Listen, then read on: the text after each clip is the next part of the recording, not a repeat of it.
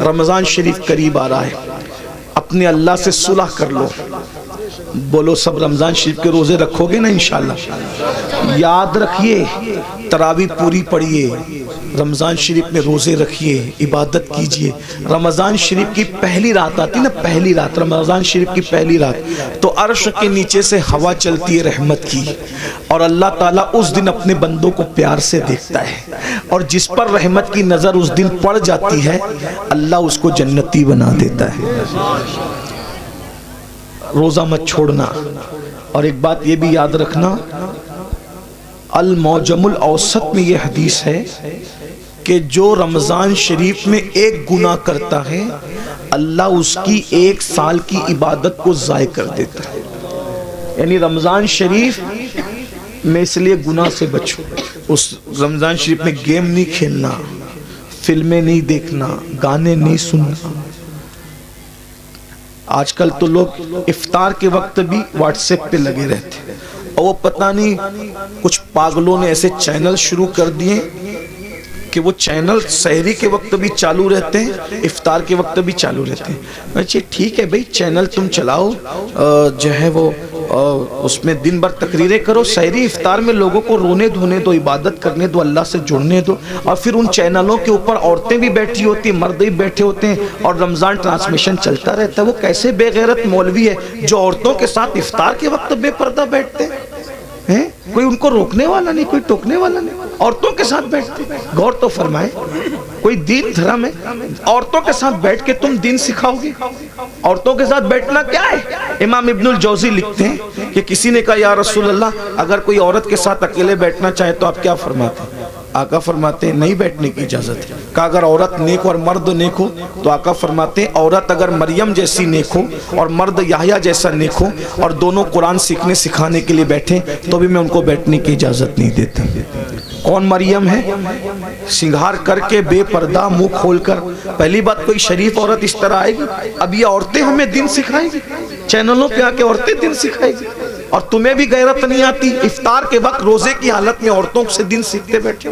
لا الہ الا اللہ. کیا میرے بھائی، ام المومنین سیدہ عائشہ صدیقہ کی قرآن پڑھنے کی آواز بلند ہو گئی تو فاروق اعظم رضی اللہ تعالیٰ نے عرض کیا رسول اللہ امی جان عائشہ زور سے قرآن پڑھ رہی تھی، آواز گھر کے باہر جا رہی تھی. آقا نے میں عائشہ عورت کی آواز بھی عورت ہے، زور سے قرآن نہ پڑھا کر. سارے مومنین کی ماں ان کو روک دیا کہ زور سے قرآن نہ پڑھو. یہ دین ہے، یہ دین کی پوترتا ہے، یہ دین کا تقدس ہے. سب پامال کیا. یہ افطار اور سحری کا وقت کیا ہے؟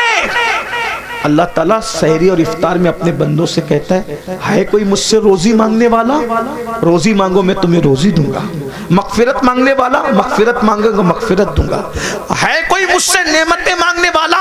میرے بندے مانگ، میں وعدہ کرتا ہوں تو جو مانگے گا میں تجھے عطا کروں گا. کیونکہ یہ رمضان ہے، سحری اور افطار کا وقت ہے، مجھ سے جو مانگا جائے گا میں عطا کروں گا. سال بھر لوگوں کے دروازوں پہ دستک دینے والوں، اللہ کی رحمتیں تمہارے دروازے دل پہ دستک دیتی ہے. مان کیا مانگتا ہے؟ اس وقت تو نہیں مانگتے، پھل کاٹتے رہتے، ادھر ادھر باتیں کرتے رہتے، بھنکس بازی کرتے رہتے، واٹس ایپ پہ لگے رہتے، فیس بک. میرے بھائی رمضان شریف کا فائدہ اٹھا لو. آقا فرماتے ہیں جس کو رمضان شریف ملے اور وہ اپنی بخشش نہ کروا لے وہ اللہ کی رحمت سے محروم ہو جائے، دور ہو جائے، اللہ کی رحمت سے دور ہو جائے. جس کو ماں باپ ملے اور وہ جنتی نہ بن جائے وہ اللہ کی رحمت سے دور ہو جائے. محفل میں درود پڑھا، محفل میں ذکر رسول کیا جائے اور حضور پہ درود نہ پڑھا جائے وہ اللہ کی رحمت سے دور ہو جائے. حضور نے جمعہ کے وقت خطبے کے لیے جاتے ہوئے ممبر پر سیڑھیوں پہ قدم رکھتے ہوئے یہ دعائیں کی تھی اور آپ کی دعا پہ جبریل نے آمین کہا تھا. اس لیے رمضان شریف میں کوشش کرو روزے رکھنے کی. جو ایک روزہ چھوڑ دے رمضان شریف کا، صرف ایک روزہ، پوری زندگی روزہ رکھتا رہے، ایک رمضان شریف کے روزے کی فضیلت کو نہیں پا سکتا. اس لیے روزہ رکھو. کچھ لوگ کیا کہتے ہیں مولانا ہم کام کرتے ہیں، بیمار ہے، یہ وہ. یاد رکھنا روزے سے کبھی بیماری نہیں بڑھتی، کہ اللہ کے رسول فرماتے ہیں روزہ رکھو صحت مند ہو جاؤ. آج کی جو جدید تحقیق تو آتی رہے گی، لیکن جدید تحقیق کیا کہہ رہی ہے پتہ ہے؟ جدید تحقیق کہہ رہی ہے جتنا بھوکے رہو گے اتنا صحت مند رہو گے. یہ جو فاسٹنگ واسٹنگ کے جو چکر سب ڈاکٹر لوگ بیان کر رہے ہیں، یہ آج بیان کر رہے ہیں، میرے نبی نے 1450 سال پہلے بیان کیا۔ ایک مرتبہ ایسا ہوا، میری امی کی ہاتھ کی ہڈی ٹوٹ گئی، تو میں امی کو آپریشن کروانا تھا، تو میں گیا۔ تو مالیگاؤں میں ایک ڈاکٹر ہے، جین ڈاکٹر، وہاں آپریشن تھا امی کا۔ تو میں گیا تو لوگوں نے بتایا کہ یہ جو وہ فنا ہے، تو اس نے اپنے کیبن میں بلایا، تو کیبن میں بلا کر کے بٹھایا، تو اس نے کہا اپنے جو اس کا دواخانے میں جو بندہ تھا اس کو بلا کے کہا کہ پانی لاؤ، چائے لاؤ سر کے لیے۔ تو میں نے کہا کہ ہم پانی نہیں پیئیں گے، چائے بھی نہیں پیئیں گے۔ تو کہا کیوں؟ تو مجھے ایسا لگا کہ یہ جین ہے، اگر میں اس کو نہیں بتاؤں گا تو یہ کہیں بدگمان نہ ہو جائے، تو اسلام سے بدزن نہ ہو جائے کہ یار دیکھو یہ مسلمان لوگ ہماری چائے بھی نہیں پیتے۔ تو میں نے کہا میں چائے اس لیے نہیں پیوں گا، میں روزے سے ہوں۔ تو اس نے کہا کیا رمضان آ گیا آپ لوگوں کا؟ میں نے کہا نہیں، رمضان نہیں آیا ہے، ہمارے نبی صلی اللہ علیہ وآلہ وسلم کی سنت ہے کہ ہمارے نبی ہر مہینے کی 13، 14 اور 15 تاریخ کو روزہ رکھتے ہیں، تو ہم لوگ بھی روزہ رکھتے ہیں، ہر مہینہ ہم لوگ روزہ رکھتے ہیں رمضان شریف کے علاوہ، یہ ہمارے نبی کی سنت ہے، اور اس کی بڑی فضیلت ہے۔ ہمارے نبی صلی اللہ علیہ وآلہ وسلم نے فرمایا کہ یہ جو روزے رکھتا ہے 3 روزے، تو اس کو پورا مہینہ روزہ رکھنے کا ثواب ملتا ہے۔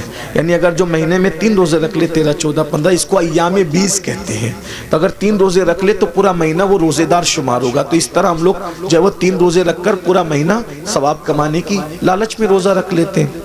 اس نے کہا سر میں آپ کو ایک بات بتاؤں، یہ آپ مجھے ابھی بتا رہے ہیں، لیکن ہمارے علم اور نالج کے مطابق اگر مہینے میں کوئی 3 دن اس طریقے سے 12 گھنٹہ بھوکا رہ جائے نا، تو اس کو زندگی میں کبھی کوئی بیماری نہیں ہو سکتی، کیونکہ اس کا پیٹ جو ہے اس کو راحت ملے گی۔ وہ بہت لمبی چوڑی اس نے سمجھانے کی کوشش کی، پھر اس کا سینہ بلغم سے پاک ہو، وہ بہت اس نے مجھے دیر تک سمجھایا۔ میں نے کہا یہ سب تو اپنی جگہ ہے، ہم اس لیے نہیں رکھتے، ہم صرف اس لیے رکھتے ہیں ہم نفع و نقصان کے سوداگر نہیں ہیں۔ محبوب نے کہہ دیا بس ہم نے کرنا ہے، ہمارا مزاج ہے، ہم مسلک عشق والے ہیں، ہم سوداگر ثواب کے بھی نہیں ہیں اور ہم سوداگر نفع و نقصان کے بھی نہیں ہیں، یاد رکھیے۔ تو برحال اس وقت اس نے مجھے بتایا، تو میں نے کئی لوگوں کو بتایا کہ دیکھو غیر مسلم لوگ بھی روزے کے قائل ہو رہے ہیں، بلکہ اب تو بہت سارے غیر مسلم بھائی بھی رمضان شریف کے بہانے وہ روزہ رکھنے کی کوشش کرتے ہیں تاکہ فاسٹنگ کا فائدہ ان کو بھی مل جائے۔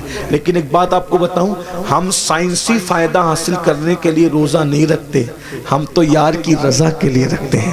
اور میرا اللہ فرماتا ہے، آئے ہائے کیا بات کہی میرے اللہ نے، اللہ فرماتا ہے روزہ میرے لیے ہے اور میں ہی اس کی جزا ہوں، یعنی ہر نیکی کا ثواب ہوگا اور روزے کی اجر کیا ہے؟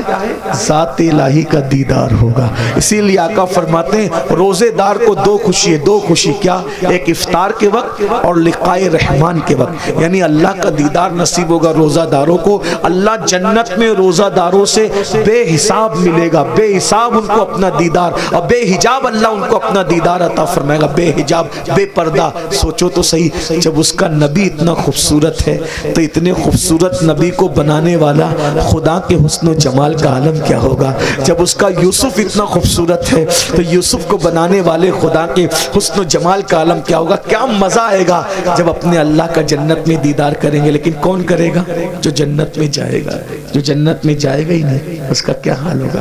اس لیے توبہ کیجئے، توبہ کے دروازے کھلے ہوئے، استغفار کیجئے، اللہ کو منائیے، اللہ کو راضی کیجئے، اللہ سے صلح کیجئے۔ دیکھو اگر آخرت کی تیاری کرو گے تو بھی دنیا سے جانا ہے، نہیں کرو گے تو بھی دنیا سے جانا ہے۔ اللہ ناراض رہے گا، ہڈیاں بھی قبر میں پگھل جائے گی، کیڑے کھا لیں گے، سانپ بچھو ڈسیں گے، اور قیامت تک جو ہے وہ سانپ بچھو ڈستے رہیں گے۔ اور اگر اللہ کو راضی کر لیا کفن بھی میلا نہیں ہوگا انشاءاللہ، کفن بھی میں اللہ کو راضی کر لو۔ روزے رکھو، فرائض واجبات پر عمل کرو، آج سے پہلے جو ہوا اس سے توبہ کر لو۔ اللہ تعالیٰ ہم سب کو توفیق عطا فرمائے۔ ہم سب توبہ کرتے ہیں سب مل کے، زندگی بدلیں گے انشاءاللہ. پہلا کام کیا کرنا ہے؟ ابھی سے نماز شروع کرنا ہے. کل سے نہیں، آج سے نہیں، ابھی سے. اور ابھی سے کیا؟ جب انیس المشائخ کا خطاب ہوگا اس کے بعد دعا ہوگی تو جن کی عشاء باقی ہے وہ پہلے گھر جا کے عشاء پڑھیں گے اور سنی سے العقیدہ امام کے پیچھے جماعت کے ساتھ نماز شروع کریں گے. فجر سے عشاء بھی پڑھو، فجر بھی پڑھو. اللہ سے دعا کرو، اللہ پاک آنے کی نیت کرنا میرا کام ہے، اپنے کرم سے بلانا تیرے کرم پر ہے. دیکھو وہ ضرور بلائے گا. نیت کرو، سچی نیت کرو. اگر سچی نیت کر کے فجر میں سو گے نا، کتنے بھی تھکے رہو گے، آدھے گھنٹے بعد بھی تمہاری آنکھ کھلے گی. جب ٹرین پکڑنے کے لیے آنکھ کھل سکتی ہے تو نماز کو جانے کے لیے آنکھ کیوں نہیں کھل سکتی؟ بس بات اتنی ہے، ٹرین کی اہمیت دل میں ہے کہ ٹرینیاں چھوٹ نہ جائے تو آنکھ کھل جاتی ہے، تو نماز چھوٹ نہ جائے تو بھی آنکھ کھلے گی. جب انسان ایگزام دینا ہوتا ہے نا تو ایگزام دینے والے بچوں کو نیند نہیں آتی. جب ایگزام کے لیے دنیا کی کامیابی کے لیے اٹھ سکتے ہو تو آخرت کی کامیابی کے لیے بھی تو اٹھ سکتے ہیں نا. جس دن نماز کی اہمیت پتہ چل گئی اس دن انشاءاللہ ہمیں کسی کو اٹھانے کی ضرورت نہیں پڑے گی، ہم خود اٹھیں گے. آئیے سب مل کر سادات کرام، علماء کرام، ہمارے انس میاں صاحب کی بلا اور بھی سادات علماء موجود ہیں، بڑے بڑے علماء موجود ہیں، ان سب کی موجودگی میں ہم سب مل کے اللہ کی بارگاہ میں توبہ کریں. پڑھیے استغفر اللہ، دل سے پڑھیں اس کی طرح بنی اسرائیل کے جو شخص نے ندامت کے ساتھ توبہ کی اس کی طرح پڑھیے استغفر اللہ، استغفر اللہ ربی من کل ذنب واتوب الیہ لا الہ الا اللہ محمد الرسول اللہ. آپ نے توبہ کی، حضور کے قول کے مطابق ہمارا ایمان ہے، جو توبہ کر کے کلمہ پڑھتا ہے وہ گناہوں سے ایسے پاک ہو جاتا ہے جیسے ابھی ماں کے پیٹ سے پیدا ہوا. اب آپ کے سب کے گناہ معاف ہو گئے، آپ نئی زندگی کا آغاز کریں. کون کون اللہ کی رضا کے لیے وعدہ کرتا ہے آج سے نماز پڑھوں گا؟ ہاتھ اٹھا کے ذرا اللہ کو بتائیں، اس کے فرشتوں کو بتائیں. سبحان اللہ. اٹھائیں تھوڑی دیر اٹھا کے رکھیں. یہ بزرگوں کو، علماء کو، اللہ والوں کو گواہ بنائیں. ماشاءاللہ پڑھیں گے نا انشاءاللہ. اللہ تعالیٰ، یا اللہ ہاتھ اٹھانا ان کا کام ہے، ان اٹھے ہوئے ہاتھوں کی لاج رکھنا تیرے کرم پر ہے مولا. سب کو نمازی بنا دے. السلام علیکم ورحمۃ اللہ وبرکاتہ. آگے بھی پروگرام جاری رہے گا.